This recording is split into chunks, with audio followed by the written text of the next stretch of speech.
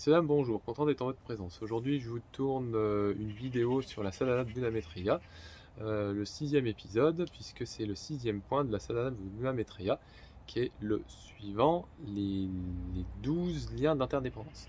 Bonjour, je me présente, je suis Mathieu, je suis quelqu'un qui est passé de la souffrance au bonheur, qui a cœur d'aider son prochain. Donc, le 6e point de la sadhana de Buddha Maitreya, c'est le suivant. Je développe les 12 liens d'interdépendance, à leur apparition et à leur disparition. À leur apparition, je passe de l'ignorance à la conscience, de la conscience au nom et à la forme. Du nom et de la forme, je passe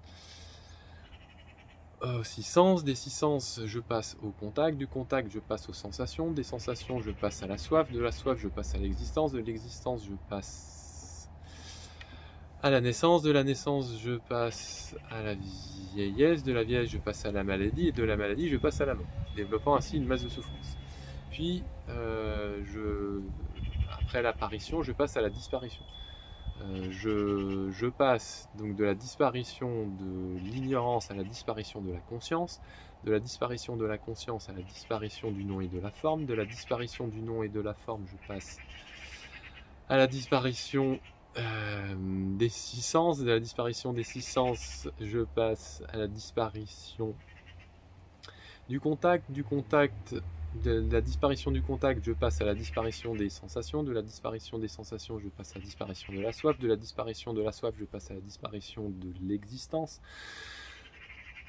Pardon, je passe à la disparition du désir, de la disparition du désir, je passe à la disparition de l'existence, de la disparition de l'existence, je passe à la disparition de la naissance, de la disparition de la naissance, je passe à la disparition de la vieillesse, de la disparition de la vieillesse, je passe à la disparition de la maladie, et de la disparition de la maladie, je passe à la disparition de la mort, abandonnant ainsi une masse de souffrance. Donc, messieurs, dames, ce point de la sadhana de Buddha Maitreya, le développement à l'apparition et à la disparition des 12 liens d'interdépendance est un peu long et aussi beaucoup d'imprégnation, beaucoup de sagesse là-dedans. Donc grosso modo, l'idée c'est quoi? C'est que pour savoir là où on en est, on a dû parcourir un chemin. Ce chemin est un cercle. Le cercle, il commence à un début et il a une fin. Quand on crée quelque chose, donc dans l'apparition, on crée un certain mouvement qui est justement la création. C'est pourquoi on passe de l'inconscience de quelque chose qu'on n'en est pas à la conscience, on est quelque chose. Puis ensuite, on prend une forme et un nom, Mathieu avec cette forme-là. Puis ensuite, on passe aux 6 sens. On a des ouvertures qui se font. Donc là, les 6 sens, c'est la vue, l'ouïe, l'odorat, le goût, le toucher et le mental. 6 sens. Ensuite, ces 6 sens, ils entrent en contact avec quelque chose de l'environnement. Là, à ce moment-là, on fait l'expérience de quelque chose. Donc, on arrive à une sensation.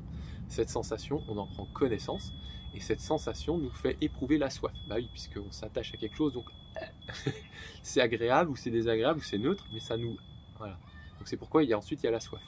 La soif, une fois qu'on a la soif, on a quelque part cette envie que cette sensation qu'on a éprouvée précédemment revienne. C'est pourquoi ensuite on a le désir. Le désir apparaissant, on n'a qu'une envie, c'est exister pour ce désir. Et c'est pourquoi ensuite on a la naissance qui vient. La naissance venant, on vient à faire l'expérience de quoi? Du vieillissement. On vieillit, on éprouve la vie. Du fait d'éprouver la vie, la maladie vient justement altérer cette existence et on trouve la mort. Voilà, donc c'est un cycle et c'est ce qui nous fait éprouver une masse de souffrance pendant ce cycle. Ensuite, donc ça c'est au niveau de l'apparition. Puis ensuite, il y a la disparition de tout ça, c'est-à-dire que c'est bien beau de faire apparaître quelque chose, mais pour que ça puisse continuer, il faut que ça puisse disparaître. Donc ça va dans l'autre sens. Donc c'est pourquoi on dit la disparition de. Donc on reprend donc notre cercle et on continue. Donc là, à ce moment-là, c'est plus l'apparition de l'ignorance, mais la disparition de l'ignorance. Du fait qu'on a éprouvé la souffrance, maintenant, cette souffrance éprouvée, elle disparaît. Donc, elle commence par le début, c'est-à-dire, on fait disparaître l'ignorance, puisqu'on a éprouvé la souffrance n'étant plus, on ne peut plus éprouver l'ignorance, et ensuite, on n'éprouve plus la conscience. Bah oui, puisque la conscience, à un moment donné, elle cesse aussi, puisqu'il n'y a plus d'ignorance, il ne peut plus avoir de conscience. N'ayant plus de conscience, on ne peut plus avoir...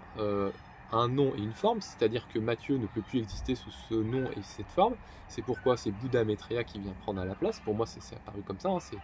c'est pas un nom que j'ai choisi, c'est un nom qui a remplacé Mathieu, hein, et qui a peut-être la même apparence que Mathieu, mais dans l'essence qui n'est plus Mathieu. Ça c'est pour mon exemple, pour que vous compreniez ce que c'est que la disparition du nom et de la forme. Ensuite, la disparition du nom et de la forme, la disparition des 6 sens, c'est-à-dire que n'étant plus ce Mathieu qui peut souffrir, il n'y a plus de portes par lesquelles peuvent rentrer les informations. Donc il y a la disparition des 6 sens. Donc la vue n'apparaît plus comme telle, l'ouïe n'apparaît plus, l'odorat non plus, le goût non plus, le toucher non plus, et la pensée non plus. C'est-à-dire qu'il y a une dissolution des sens. Alors pourquoi? Parce que justement, quand on n'existe plus en tant que tel, c'est pas qu'on fait plus l'expérience de ce monde, mais c'est que ce monde ne nous apparaît plus tel qu'il est. C'est-à-dire, au travers de nos sens, on continue de faire l'expérience, mais on n'y est plus attaché à. C'est-à-dire qu'il y a quelque part, encore une fois, cette dissolution des 6 sens.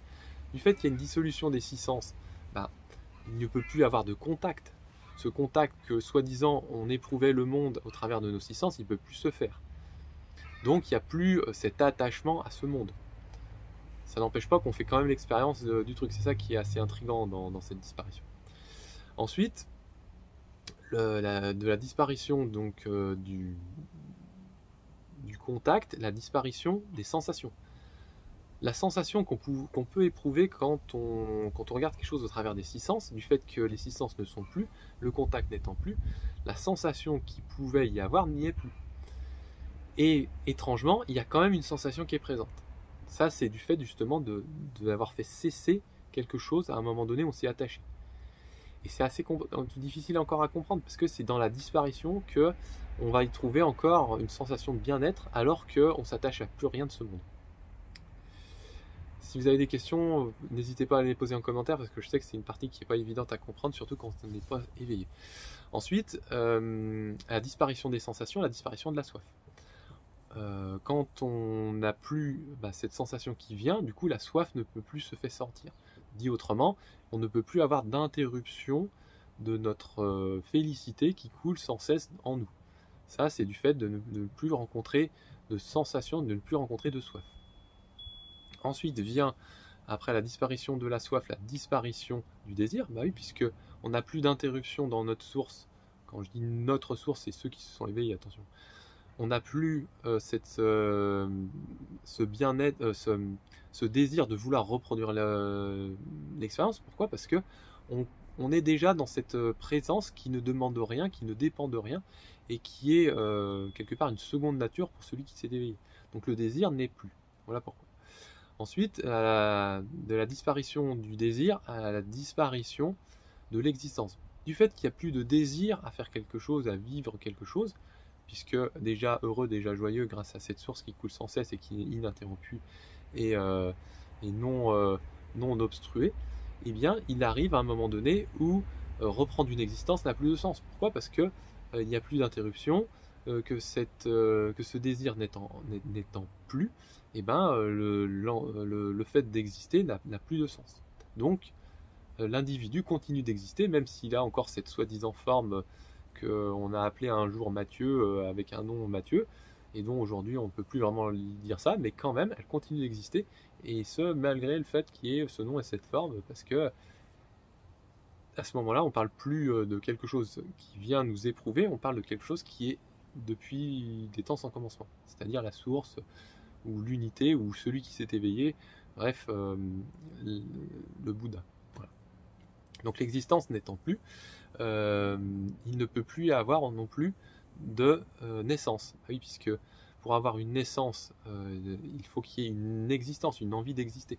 Or, il n'y a plus d'envie d'exister, il n'y a plus d'existence, la naissance ne peut plus se produire. Donc, l'individu continue d'expérimenter encore cette source qui coule en lui et qui lui apporte la félicité, sans pour autant reprendre une existence, naître. Puis il passe de la disparition de la naissance à la disparition de la vieillesse, bien sûr, puisqu'il ne naît plus, il ne peut plus vieillir. Même si physiquement ce corps peut être altéré par les affres du temps, changer, se transformer, pourrir, etc., ce ne sont pas des signes qu'on peut lui attribuer. Pourquoi? Parce qu'il n'est plus de ce monde sous la partie vile de ce corps, mais sous une forme d'invisibilité, de non-présence à l'œil normal, et dont sa seule présence à lui-même du fait d'être l'éveillé se suffit à lui-même et nourrit un corps qui en apparence ne vieillit pas. Et dont on a beau essayer de trouver des signes de vieillesse de ce corps, ce ne sont que des apparences et non des signes de vieillesse. Puis il passe de la disparition de la vieillesse à la disparition de la maladie, puisque ce corps ne peut plus vieillir. Il reste sous une certaine jeunesse et puis depuis des temps sans commencement, du fait d'être à l'image de cette source, c'est-à-dire sans début ni fin. Après la vieillesse, du fait de ne plus rencontrer la vieillesse étant disparue, eh bien la maladie ne peut plus venir. Pourquoi? Parce qu'il n'y a plus une base d'altération qui serait de l'ordre du pourrissement, de la destruction du corps, etc. Et de ce fait, la disparition de signes bientôt de mort ne peuvent plus se sentir en lui, puisque la vieillesse n'étant plus présente, la maladie ne peut plus l'être.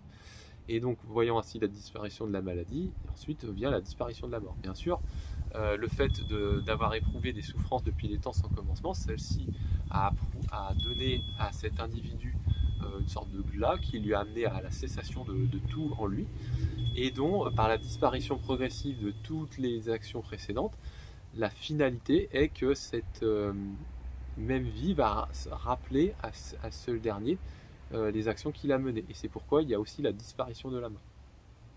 Puisqu'il n'y a plus de base de possibilité pour devenir malade, forcément la mort vient à cet individu, mais puisqu'il n'y a plus de possibilité de maladie, et bien la disparition de la mort, elle aussi, est présente.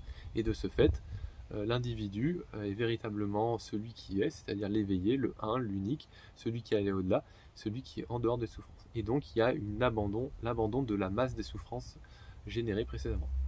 Donc voilà, messieurs, dames, ce point numéro 6 de la Sadhana Maitreya, les 12 liens d'interdépendance. Je vous remercie de m'avoir écouté, je vous souhaite de passer une bonne journée, puissiez-vous être heureux en ce monde et après, puissiez-vous trouver la paix, la joie et l'amour, puissiez-vous développer le Dharma. Bonne journée.